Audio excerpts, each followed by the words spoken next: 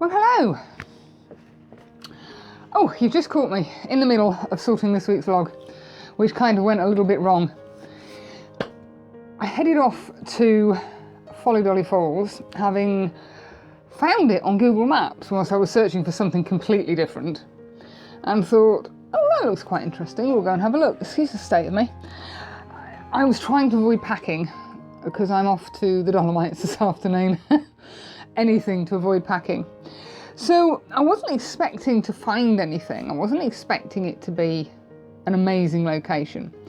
And to that end, for partly that reason, I didn't do any B-roll.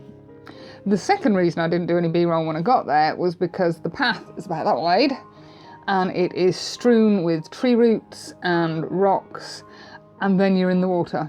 And I thought, really don't want to be dropping the camera, excuse me a second, in the water 6 hours before I'm due to get on a plane. So I did no B-roll at all. Sorry, I'm just trying to find something. I've got a problem with one of my hard drives and I'm just hoping that everything is saved. Yes, marvellous. When I actually got to the fall, I couldn't really talk because it was so loud. My God, how loud is that water? So you'll have to forgive it being short and sweet. I also went with the intention of trying a slightly different processing technique, which I've seen Mr Heaton use, and I thought I'd have a play with that and see how it worked out. Conditions were not ideal for doing landscape photography at a waterfall. We had got bright sunshine, which was blinding in through the trees overhead and casting nice highlights all over the place. And I'm much happier with dull, overcast conditions for waterfalls. But I've managed so far, I think, to even everything out in post using one of the techniques that Mr Heaton showed, which is fabulous. And I also want to take this opportunity to share with you this week's viewer's image. Barbara Stewart from New Zealand. Hi Barbara, hello New Zealand. Still amazes me how global this YouTube can be. With my current state of photographic mind, this is just my cup of tea.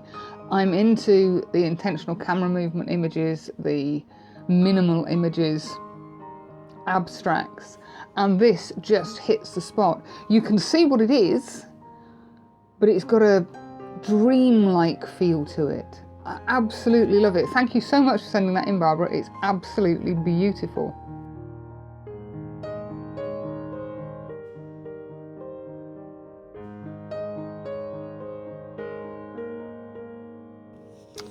And on the subject of abstract and minimal, I tried out a couple of different ones, neither of which I think show any relation to the fact actually it was at a waterfall, but I quite like them. It's an odd one. As for the waterfall images, I'm just reviewing them now. I'm not convinced on them, and it may be because I don't like the image rather than I don't like the processing, but I'm really not sure. So as I say, anyway, sweet and short, to the point, because I needed to get home and get some stuff thrown in a bag and head off to the airport. So I hope you enjoy it anyway. Let me know what you think of the images, if they're over the top with the processing or if they're just about right. I tried different shutter speeds. I was trying to get away from the really silky smooth water. I didn't like most of the results, but there was a couple that I'm quite happy with.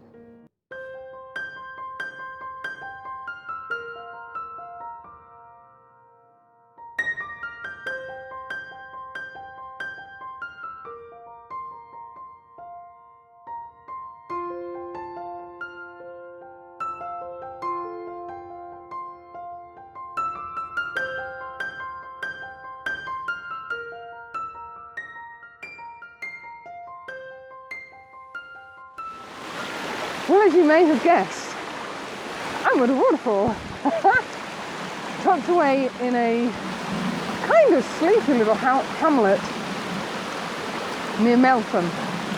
It's not a particularly well-known falls, but it's really pretty. Now this is a first trip here, the flow of water is exactly how I wanted it. I've seen pictures where there's very, very little flow, and I've seen pictures where it's gushing over. Now I know it's been really, really wet the last few weeks, and I was really hoping that we were going to get this rather than the torrent of brown, murky water.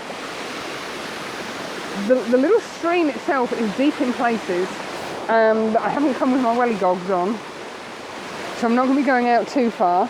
But yeah, I'm excited. There's something about waterfalls. And by the time you watch this, I will have been in Italy, back in the Dolomites. And this time, I really don't care what the weather's like. Yes, I really want amazing skies and clouds and snow on the mountain tops, but I've done a huge amount of research this time. I bought a couple of guidebooks. Sorry, I bought one guidebook, which is helping me find locations, because although I was there for a few days, I still don't have the time to spare going and hunting places out. And I found a few waterfalls while I was there. So I'm going to go and have a study of this place. There's a few little spots, like this one here, which if you watch my video from Cauldron Falls, you'll know I got the streaky effect.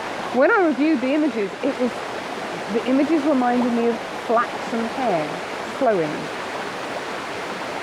Yes, I know, it's a little bit strange.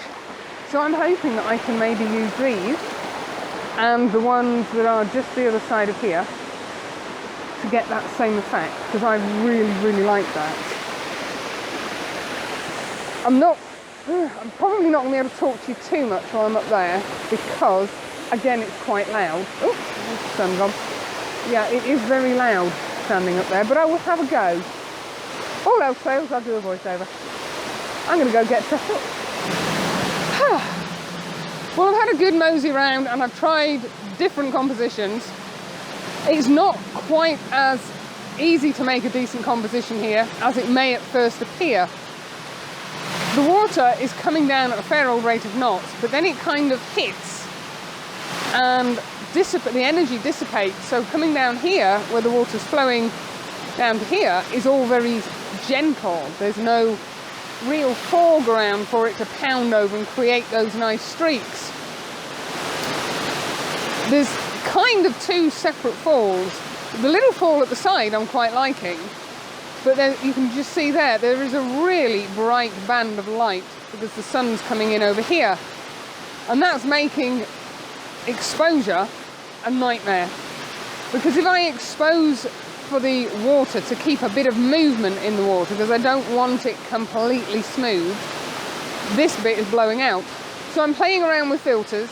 I've got the polarizer on to darken down the glare, and then I've put a couple of 0.6 grads in at an angle to try and reduce the amount of glare. The rest of that is going to have to happen in post. I've kind of moved out a little bit, trying to keep an eye on bags to make sure they're not going to get waterlogged. I'm going to try and move out a little bit more because I'd like to isolate that little fall slightly more. As the water comes down, it's sort of bouncing off a rock there, and that looks really pretty. I'm shooting at f/14. So I'm going to carry on and have another go.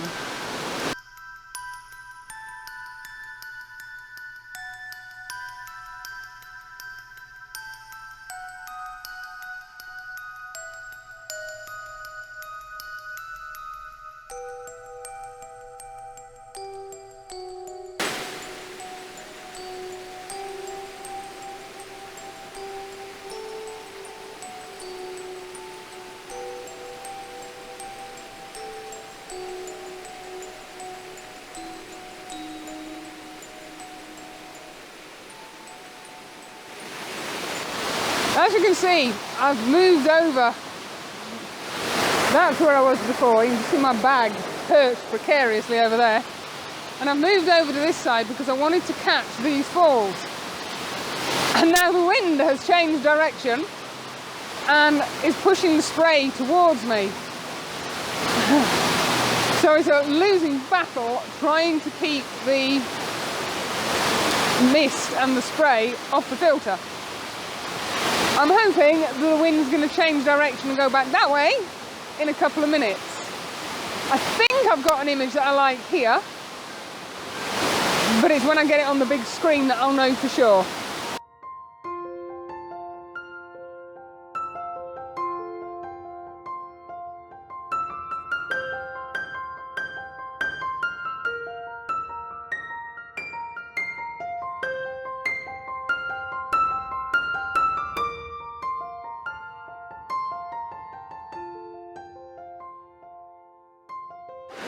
Phew, noisy things, aren't they, waterfalls?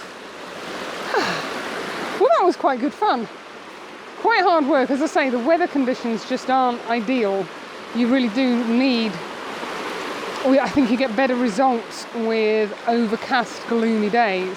So yes, I shall pop anything up that I've got. At the end, I tried a couple of ICMs, but slightly differently to how I've normally done them. I watched a vlog a little while ago where there was a chap who specialises in this kind of ICM, and